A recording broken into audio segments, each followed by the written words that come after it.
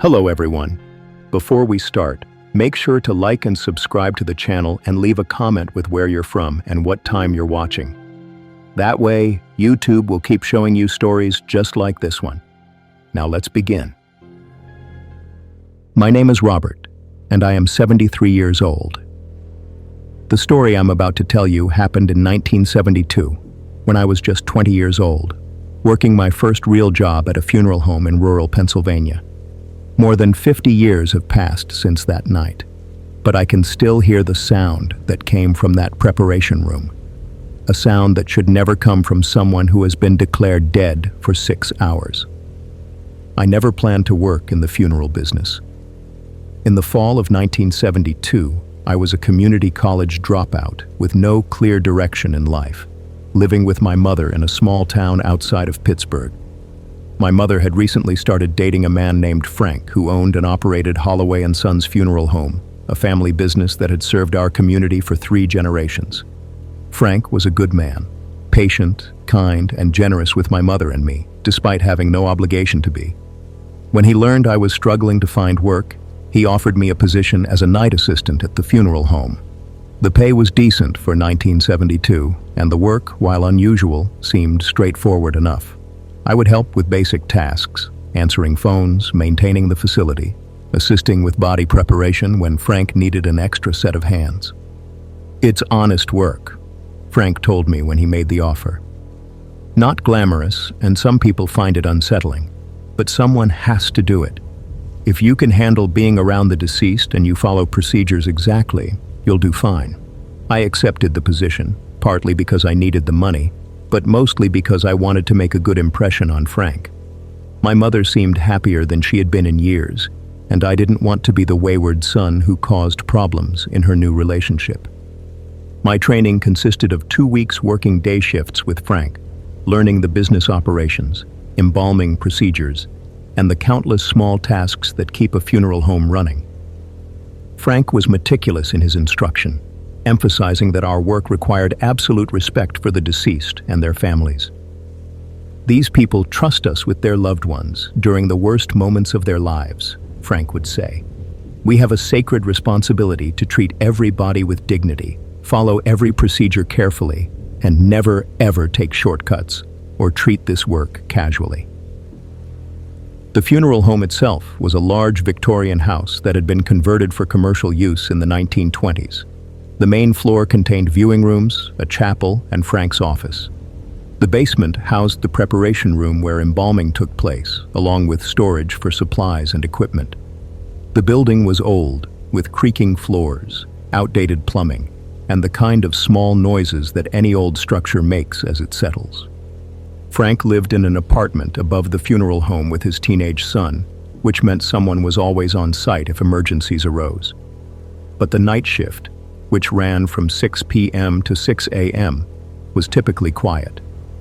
Most of my work involved being present in case a body arrived from the hospital or medical examiner, maintaining the facility, and occasionally assisting with embalming preparation for next-day funerals.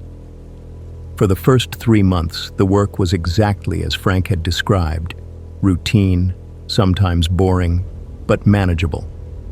I became comfortable with the solitude of night shift, the quiet hours spent reading in the office or maintaining equipment.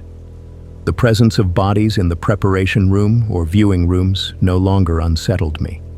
Death had become familiar, clinical, part of the job rather than something that provoked fear or discomfort. The building did make noises at night, old wood expanding and contracting, pipes settling, the furnace cycling on and off. At first, these sounds would startle me.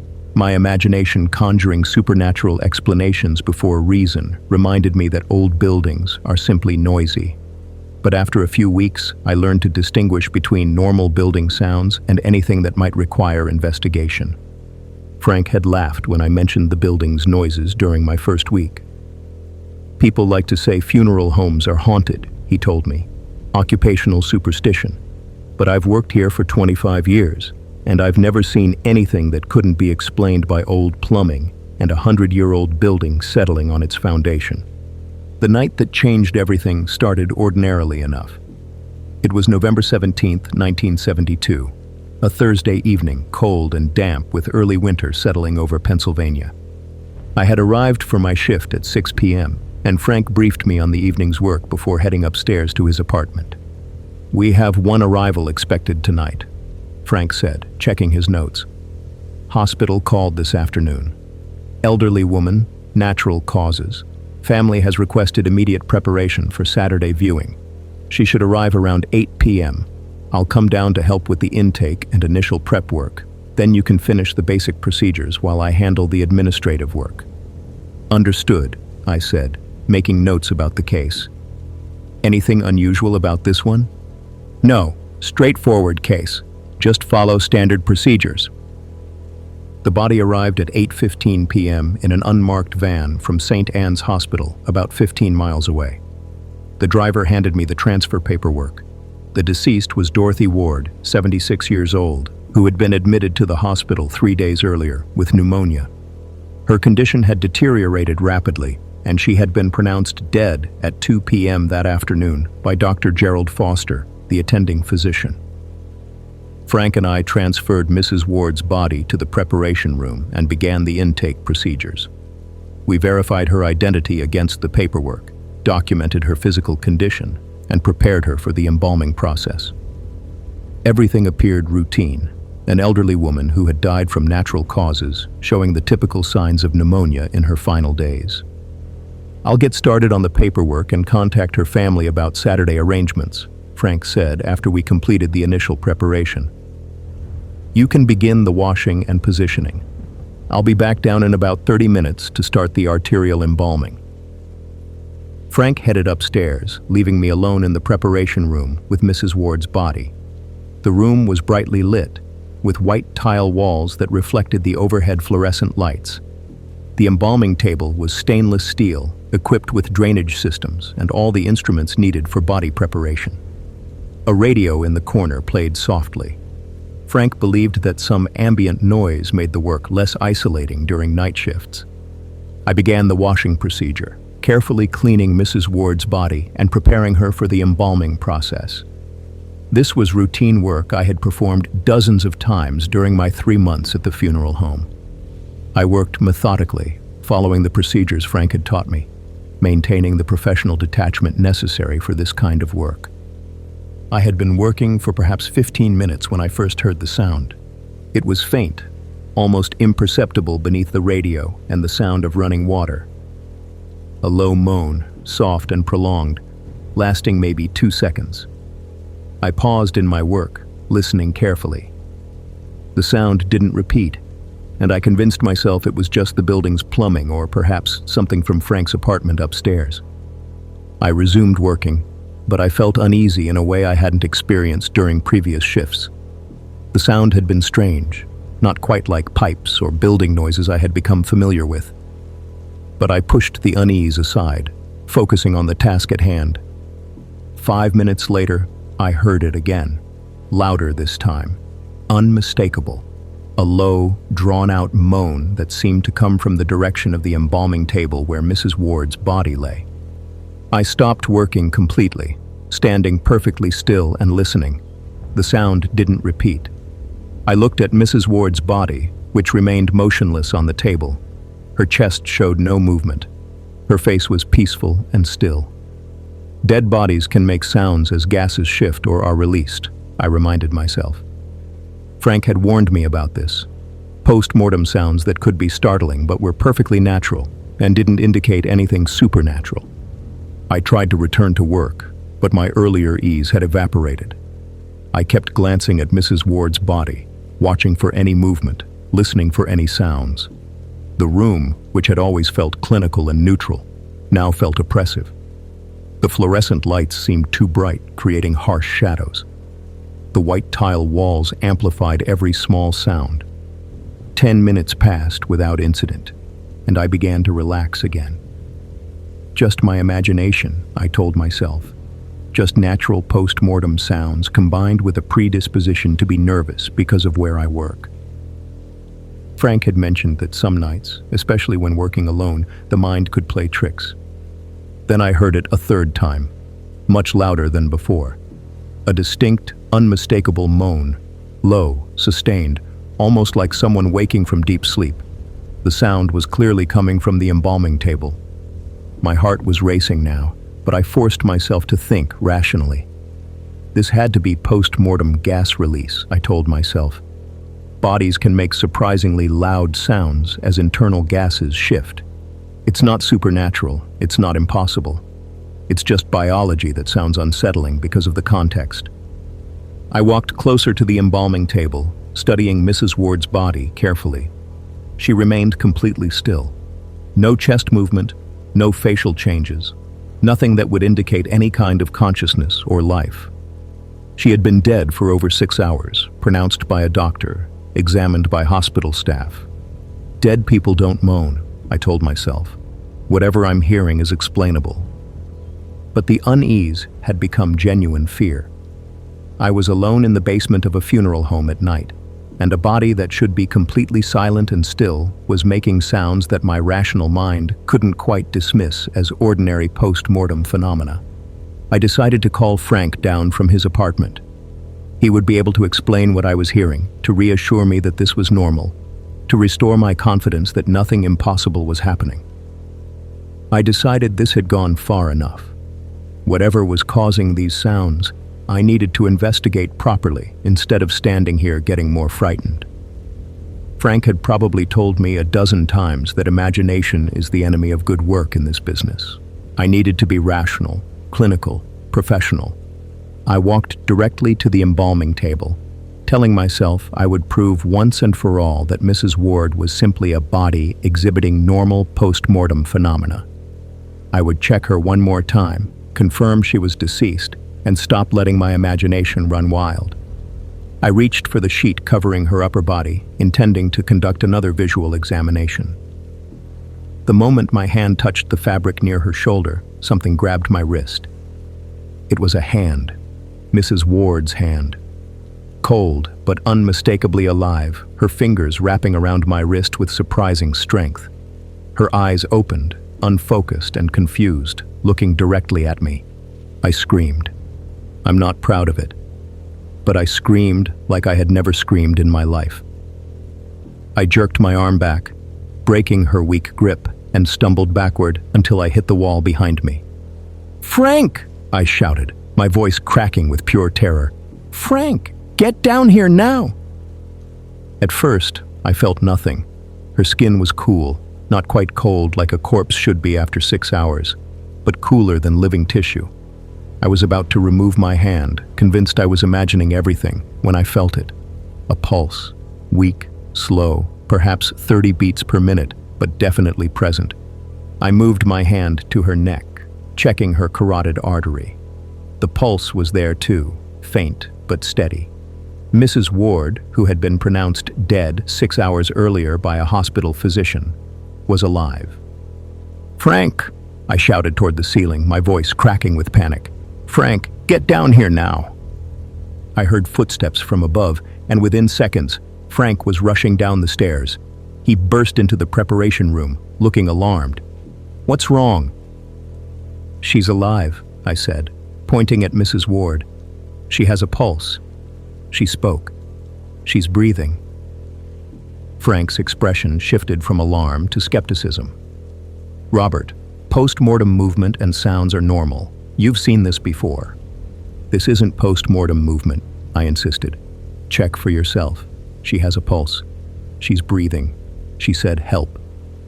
Frank approached the embalming table, his expression showing the patience of someone humoring a nervous employee. But when he checked Mrs. Ward's pulse, his face changed completely. He moved quickly, checking her breathing, her pupils, her skin temperature. "Jesus Christ," Frank muttered. "She's alive. How is she alive?" Even as we stood there, Mrs. Ward's eyes fluttered open. They were unfocused at first, moving without apparent awareness. Then gradually, they focused on Frank's face. Her lips moved, and a whisper emerged. "Where am I?" Frank's training took over. "Mrs. Ward, you're at a funeral home. There's been a mistake. We're calling an ambulance right now.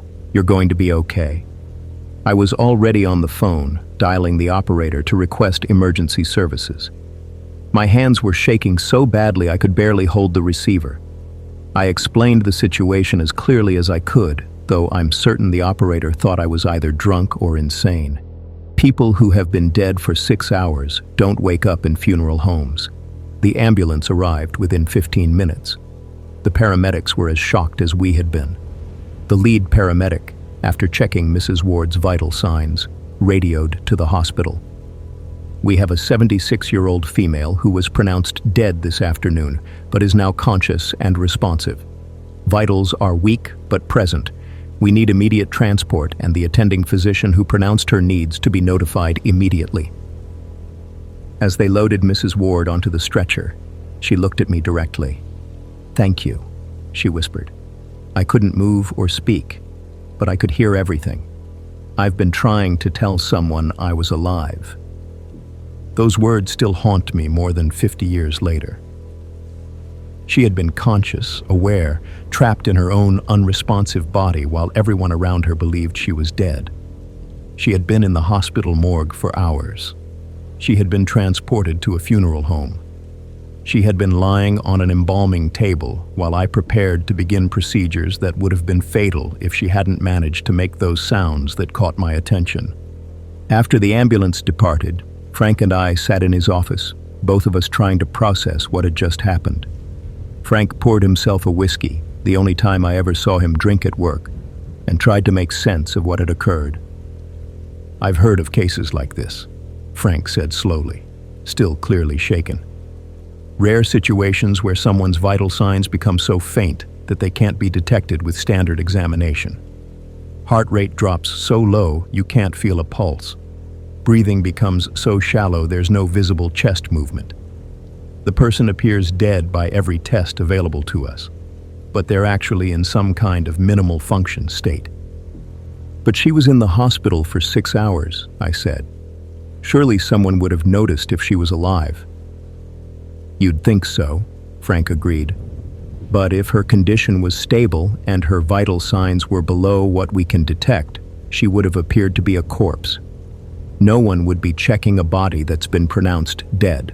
She would have been moved to the morgue, prepared for transport, and delivered here without anyone examining her again because everyone assumed the doctor's pronouncement was correct." The investigation that followed revealed what had happened. Dr. Foster, the physician who had pronounced Mrs. Ward dead, had followed standard protocols. He had checked for heartbeat, breathing, and pupil response, finding none. Given Mrs. Ward's age, her pneumonia, and her deterioration over the previous days, her apparent death was not unexpected. What we later learned was that Mrs. Ward had experienced an extremely rare reaction to medication she had been given for her pneumonia. The medication, combined with her weakened condition, had caused her metabolic processes to slow to such a degree that her vital signs became undetectable by the examination methods we had available. This condition, while documented in medical literature, was so rare that most physicians never encountered it in their entire careers. Mrs. Ward's heart rate had dropped below 20 beats per minute, and her breathing had become so shallow that it produced no detectable chest movement or airflow. To every test we had in 1972, she appeared to be dead. Mrs. Ward spent 2 weeks in the hospital following her resurrection, as the local newspapers inevitably termed it. Doctors confirmed that she had been in a state of suspended animation, with brain activity continuing at minimal levels despite the absence of detectable vital signs. The most disturbing aspect of her case was her reported awareness during the time everyone believed she was dead. "I could hear conversations," Mrs. Ward told reporters who descended on the hospital to cover the story. "I heard the doctor pronounce me dead. I heard nurses preparing my body. I heard everything at the funeral home. But I couldn't move, couldn't speak, couldn't do anything to tell people I was still alive. It was like being buried alive, except I was in my own body."